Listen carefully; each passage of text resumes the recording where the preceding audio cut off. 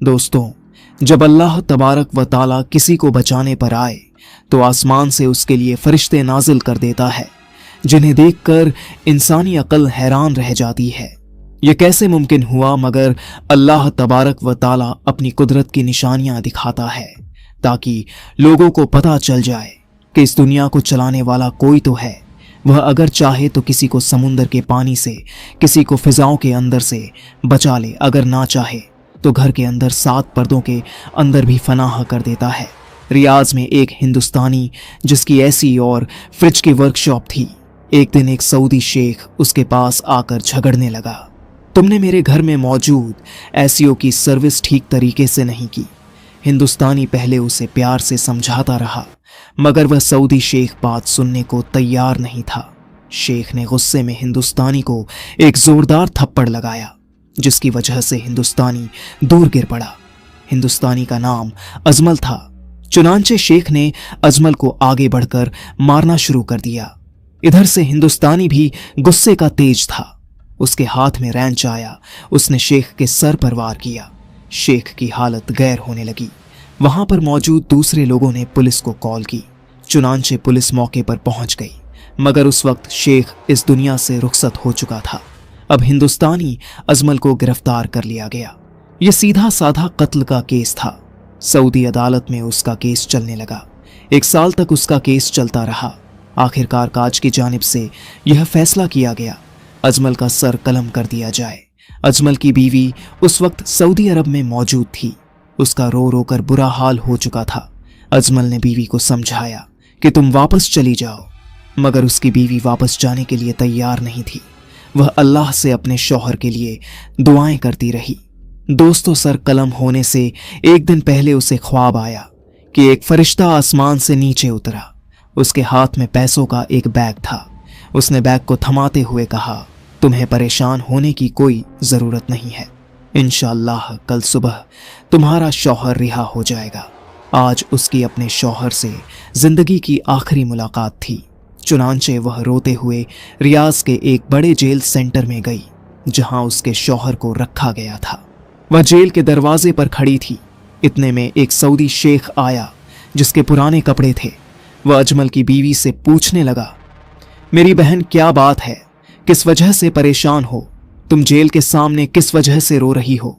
वह कहने लगी, आज जुमे की नमाज के बाद मेरे शौहर का सर कलम कर दिया जाएगा। इस तरह करके उसे कत्ल हो गया। मेरे छोटे छोटे बच्चे हैं।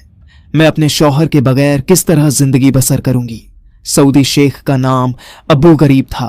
वह कहने लगा, मेरी बहन परेशान ना हो, इंशाअल्लाह आपका शौहर बच जाएगा। मैं उसे बचाने की पूरी कोशिश करूंगा। आपने मेरे लिए सिर्फ दुआ करनी है।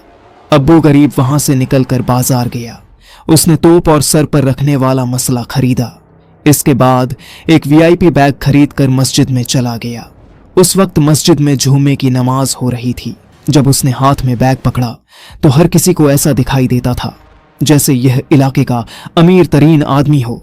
जुमे की नमाज के बाद मस्जिद के बाहर लोग इकट्ठे हो गए, क्योंकि अजमल का उस जगह सर कलम होना था।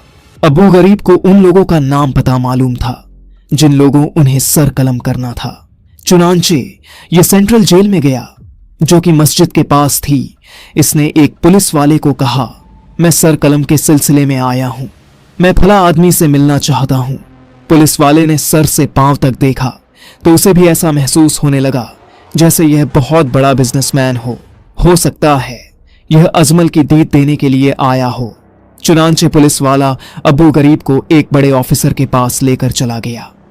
ऑफिसर अबू गरीब से पूछने लगा, तुम कौन हो, कहां से आए हो, किस लिए आए हो?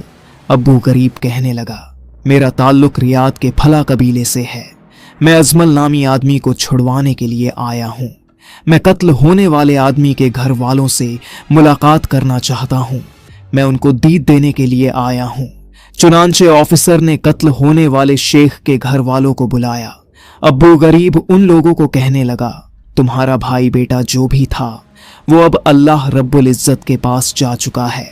अब उसने कभी भी वापस लौट कर नहीं आना, मगर उस हिंदुस्तानी के छोटे छोटे बच्चे हैं। उसकी बीवी का वाहिद सहारा उसका शौहर है। अगर अजमल खान का सर कलम कर दिया जाए तो उसके बीवी बच्चे जमाने की ठोकरें खाएंगे। दूसरा, अल्लाह रब्बुल इज्जत भी माफ करने वालों को पसंद करता है। मैं अजमल की दीद देने के लिए आया हूँ। रिश्तेदार आपस में मशवरा करने लगे। इसके बाद इन्होंने ने अब्बू गरीब से दीद मांगी। अगर तुम अजमल को बचाना चाहते हो तो तुम्हें 30 लाख रियाल देना होगा। अब्बू गरीब कहने लगा, मेरे लिए यह मामूली बात है, मैं यह रकम देने के लिए तैयार हूं। मस्जिद के पास जो लोग सर कलम देखने के लिए आए थे, वहां पर रिश्तेदारों ने ऐलान कर दिया, हमने अजमल को माफ कर दिया। वहां पर अल्लाहू अकबर के नारे बुलंद हो गए। हिंदुस्तानियों की आंखों से आंसू जारी हो गए, क्योंकि जिस आदमी ने एक इंसान की जान बचाई, उसने पूरी इंसानियत की जान बचाई। चुनांचे पुलिस ने अब्बू गरीब को गाड़ी में बिठाया। कत्ल होने वाले शेख के घर वाले भी अपनी अपनी गाड़ियों में बैठ गए और काजी के पास पहुंच गए।